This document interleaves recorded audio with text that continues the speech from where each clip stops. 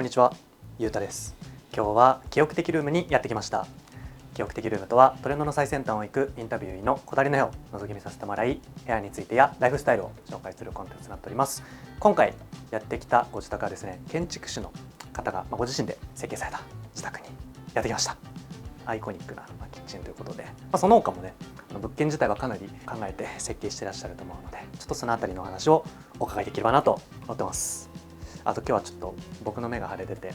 サングラスでちょっと出演するんですけど、その辺はね皆さんご了承いただければなと思います。ということで早速聞いていきましょう。よいしょ、失礼します。よろしくお願いします。よろしくお願いします。今回のゲストはですね、山橋さんです。山橋と申します。都内の方の設計事務所の方で、普段住宅とか別荘とかですね、新築もやりますし、リノベーション関係のお仕事とかもやらせていただいております。ということで、今回紹介させていただくこちらのご自宅、間取りは 2LDK で、あとウォークインクローゼットとランドリールームで一応分けてはいます。で、平米数的には55平米強の面積の占有部ですね。はい、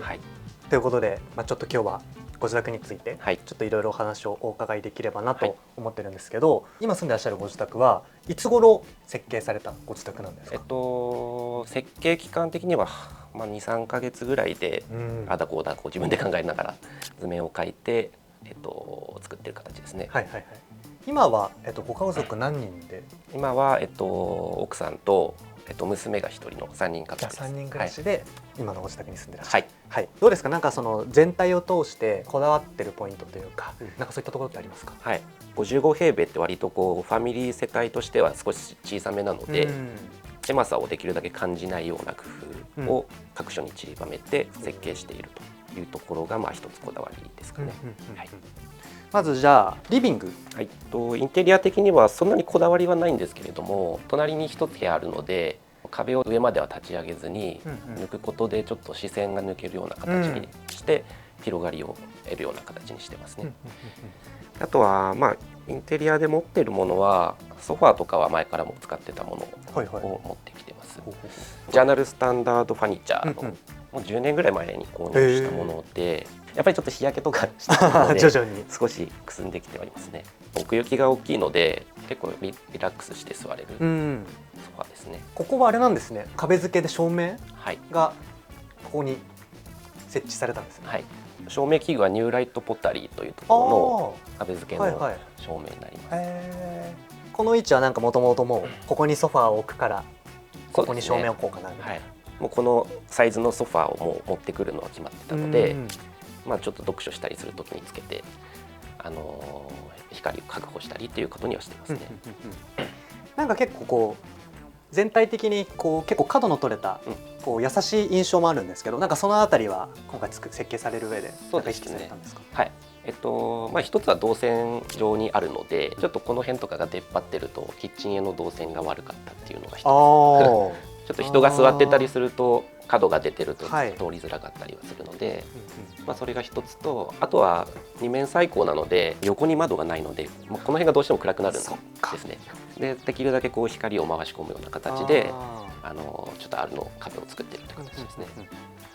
寝室側とこっちからこう入ってくるような感じなんですか？光。そうですね。北側ではあるんですけど、確かにそうか、北側でもそうですね、入ってくるんですね。こんなこの辺のストッケーも前のダイニングテーブルで使ってて、そうだったんですね。これもちょっと使い道がなくなっちゃったので一旦ここに置いてサイドテーブル的な使い方で使ってらっしゃるんだ。これはロッタプロダクトっていうところのものなんですけれども、意味としてはなんかこう余裕を持つと心に豊かになれますよみたいなことを書いて、イタリア語でちょっと書いてるような形らしいんですけど、これはポスターですね。ポール・ケアホルムっていうデンマークの建築家であり職人さんみたいな方の作品がちょっと載ってるポスターですね。で展示会に行った時に購入したものですね。なるほどです。ちなみにもともとこの、建築のこの分野をこう志すようになってきっかけなんかあるんですか？きっかけはそうですね、建築がもともと好きだったのはあるんですけれど、あとは割と私もともとゼネコンでちょっと前働いてたことがあって、で結構規模が大きいものをやってたんですけど、やっぱりこう自分のなんだろう、手の届くところで仕事がしたいなっていうのがあって、ちょっと住宅系とかの仕事をするようになりましたね。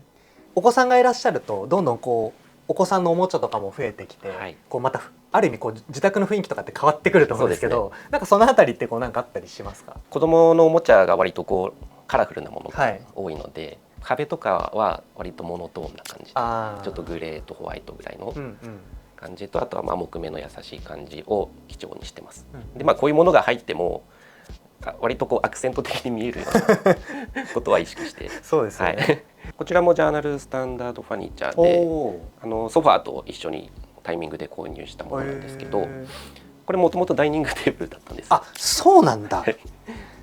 足をそうですね、足が一応取り外しできる、取り外しできるやつなんだ。ボルトでこう止まってるだけなので、それをもう外してでちょっと足だけ余ってた材料を使ってつけてるという形ですね。これなんか結構低いじゃないですか、はい、あえてこの低さにこうされたんですか？そうですね、まあ、家具をこの辺も低く抑えることで天井の広がりも感じやすくなるので、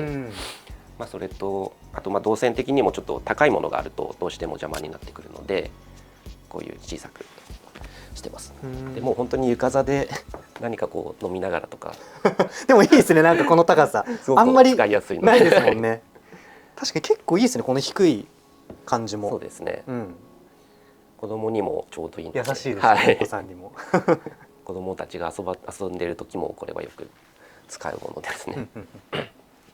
あとこの辺はこう建築系の雑誌とかもありますけど、この辺は結構普段からお仕事でも読んだりされるものですか？そうですね、まあ、参考になるようなものが掲載されているようなものはちょっと買うようにはしてますね。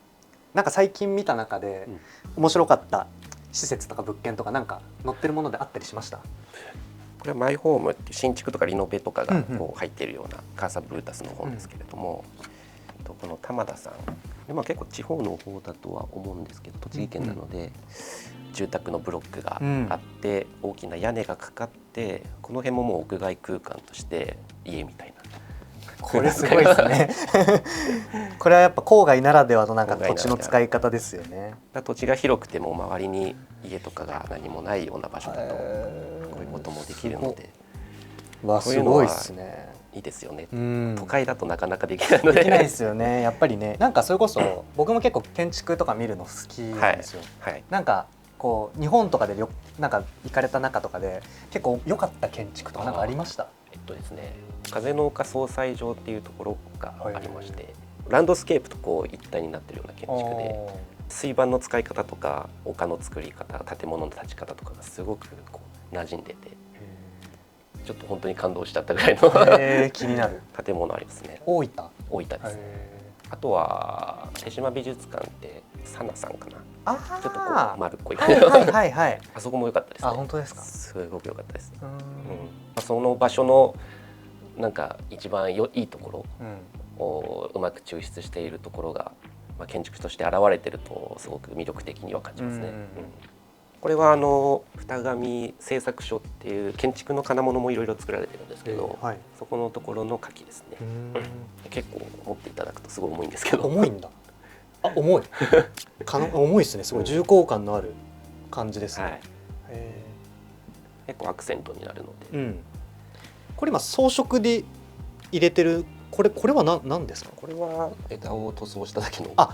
塗装はご自身でされてるのか。花束に一緒についてたものを。そうなんですね。なんかでも相性がなんかいいですね。たまたまで偶然起こったことだったんですね、これは。なんかブラインドがさっきこういいなって僕ちょっと思ってたんですけど、これはどちらのブラインド？こちらは日米さんっていうウィンドウトリートメントを扱っているメーカーさん。うちの場合ですと目の前にちょっと建物が建ってて、お住まいの方がちょっと洗濯物を干されてたりすると結構見えちゃうので、基本的にもうずっと閉じてたいと、目線を遮るために閉じてたいんですけど、それでもやっぱり光は取り入れたいっていうところで、多分これ全開で開けてても向こうからは見えないんですよ。本当だ本当だ、見えないですね、開けてても。こっちからちょっと見えるんですけど、確かにから見るとおそらく見えないと思うので、うんうんはい、それでこれを採用してます。天井に関しては木毛セメント板っていう下地材で使われるようなものなんですけど、テクスチャーが柔らかな繊維の細かい木を使ってて、はいはい、一応内装用として販売されているものを使ってます。もっと粗いものだと一本一本が太くて、はい、結構ボコボコしてるというかいうものなんですけれど、これはちょっと内装用なので割と綺麗なものですね。吸音効果と断熱の効果も、まあ、多少ですけどある。あ、そうなんだ。体感あります？体感はあんまり分かんないですけど分かんないけど一応ある。一応あるという。はいはいはいはい。ここもでもあれか、こっちの壁とここでちょっと違いますよね。そうですね。こちらは塗装の壁で、ポーターズペイントってご存知ではないですか？分からない。はい、ちょっとこう骨材がこうザラザラ石みたいなのが入ってて、ああ、それをこう塗ってる形ですね。で一般的なフラットな塗料よりかはザラザラするんですけど、割とそういうテクスチャーが出るのと、こっちの壁はもうモルタルですね。解体した時は結構汚い状態だったので、一回もう左官屋さんで綺麗に仕上げてもらってます。上は持っていた CD ですとか DVD とか漫画本とかがずらっと並んでるような感じです。そうなんだ。ギターとかもあると思うんですけど、今でも私はあんまりもう弾かないんですけど、妻が結構昔やってまして、でこの辺とかはもう妻の奥さんのものなんですけど、アコースティックの方は結構夜弾いてることはあります。あ、そうなんですね。迷惑にならないというちなみに音楽は何系の音楽を聴かれることが多いですか？最近もうあんまりジャンル的なのがなくなってきたんですけど、昔は結構エルレガーデンとかロック系のやつとかですね、あと洋楽とかが結構パーッと並んでるんですけど、この辺が多いですかね。あ、でもロックが結構多いですね。まあ、妻のもあるんですけど。これどういう棚の仕様になってるんですか？ここは。これはこの部屋はちょっと全部自分で作ってるんですけど、サイズの違う箱をこう組み合わせて作ってるような形でして、下の引き出しみたいなところはちょっと子供の服とかがいっぱい入ってるような形にしてます。ここの上の棚板というか、これは天板はフローリング材をヘリンボーン状に貼ってますね。取っ手はダルトンのダルトンなんだ。ダルトンで販売されてたものをつけてます。これも真鍮製のもので、ちょっと色が変わってきましたけど。これって大体どれくらいの予算で作れるものなんですか？結構もう自分でやってるので、まあ4、5万ぐらいですかね。ちなみにこれあれなんですね。照明はスポットライトって言っていいですか？を採用されてるんですね。はい。あとここに実は間接照明が入ってて。あ、こっちか。あ、こっちじゃなくてこっちか。あ、そうです。本当だ。あ、埋め込みで入ってるんですね。埋め込みで。へえ。で調光式にしてるので、夜とか暗い時はちょっと明るい。ああ、そうなんだ。すごい明るくなりますね。そうですね。一般的なシーリングとかも一応つけられるようにはしてるんですけど、天井できるだけスッキリさせたかったので、シーリングライトとかはちょっと一旦こちらでは使ってないですね。で、この辺のスポットライトはこんな感じ。あ、明るい。そっか、本当だ。こっちはこの辺を。でも壁が明るくなるだけで全然印象は変わりますね。そうですね。空間の奥行き感も感じやすくなるので、ちょっと感覚的には広がりを感じられるような形ですね。これちなみにこのスポットライトはどちらのものなんですか？マックスレイさんっていう照明器具メーカーさんなんですけど、そちらのものですね。邪魔をしないスタイリッシュなデザインですね。かっこいい。これ割とこういろんなデザインの照明器具出されてるメーカーさんなので、結構おすすめではありますね。続いてキッチンを紹介していただきたいなと思うんですけど、カウンターキッチン。そう、まあ2列型のキッチンでダイニングテーブルが一体になっている。そうか。一応定義としてここがダイニングテーブル。ダイニングテーブルですね。ここも同じく部屋の面積を最大化することがまず一つメインでコンセプトとしてあって、ダイニングテーブルをまずキッチンと兼ねています。そうするとキッチンの作業スペースとしても広いスペースが確保できて、ダイニングテーブルとしても広いスペースが確保できると。確かに。でここで、キッチンってダイニングテーブルより少し高いんですけど、一般的には、ここで一段下げてダイニングテーブルっていう選択肢もあったんですが、そうするとやっぱり作業スペースとしては小さくなるので、高さを揃えて一体的に作っているということが一つ。あとはただの廊下としてではなくてダイニングとして座れるようなスペースとして兼ねていると、そういうことをやってます。どうですか、実際にこのキッチン兼ダイニングとしてうんこう兼用されて、はい、こう実際の使い勝手とか使い心地とかっていかがですか？はい、使い勝手はすごくいいですね。やっぱり、動線とかもいろいろ考えてやってやるので、使い勝手はすごくいいですし、奥さんも割と満足しているかなと思います。しかもあれなんですね、この下収納もちょっとできるようなスペースがあるんですね、ここ。そうですね。キッチンとかダイニング周りってどうしても小物が増えるじゃないですか。はいはい。そういうものをちょっとした収納スペースとしてダイニングテーブルの下に設けてるので、天板の上が散らからなくてすごくいいですね。しかもコンセントも。コンセントもじゃあこう作業、ちょっと仕事とかもそうですね、できたりとかデスクワ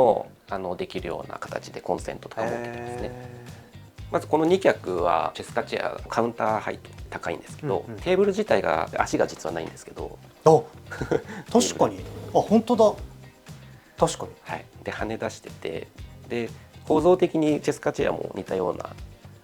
形、4本足で立ってるわけじゃなくて2本足のテンションで持たせてるような形で、構造的にちょっと椅子としてテーブルと椅子の相性がいいかなと思ってこれを選んでますね。こちらはイサム・ノブチの明かりですね。55センチのものを使ってます。いいですね、このカウンターの中央に明かり、ちょっと大きいものが置いてあるの。あとはキッチンのこの仕様的には、奥にコンロがあって、こっちもなんかストックみたいになってるんですか？そうですね。一応ウォークインクローゼット兼パントリーみたいな形にしてて、で冷蔵庫を実はここに置いてます。基本的に冷蔵庫って湿気が出るので、ウォークインクローゼットには置かない方がいいんですけど今回ちょっと上が抜けてるので、その湿気も抜けるから、その辺は問題ないかなというところですね。でちょっとどうしても出してしまうと収納スペースが取れなかったので、そちらの方に入れてます。こちらは布っていう六本木の方に店舗があるんですけど、サイズオーダーして使えるような形で頼んでます。これじゃあこのデザインのパターンは何種類もある中でこれを選んだんですか？そうですね。ある程度透過性があるので圧迫感を感じづらいですし、結構出入りが多い場所なので、こういうものを基本的には開けてることが多いんですけど、来客が来た時とかはこうやって閉めてますね。でも閉め切ってると全然もう中は気にならないですね。この距離で見てても。あとはどうですか、この辺りのキッチンの棚か。これも家具屋さんに作ってもらってるんですけど、いろんな面材の種類がある中で圧迫感ない仕様のもので考えた時に、白っぽいものを選んでます。でカウンターに関してはこちらのダイニングと同じモールテックスっていう、最近結構使われる方も多いですよね。多いですね。っていうものを塗ってます。結構あれですか、こういう取っ手とか金物はなんかお好きですか？お好きですなんか見てると随所で結構こだわりを感じるんでこれも上手工作商さんっていうところの金物を使ってます。これも真鍮製のものですね。あとはここも真鍮のタオル掛けがあります。なんかここのキッチンの収まりがすごい綺麗ですね。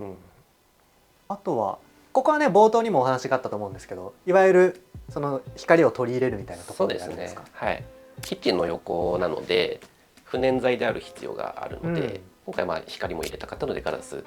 で、かつ向こうが寝室なので視線が抜けちゃうとあまり好ましくなかったので、ちょっとガラスブロックの少しなんていうんだろう、もやがかかったようなデザインのものを使ってます。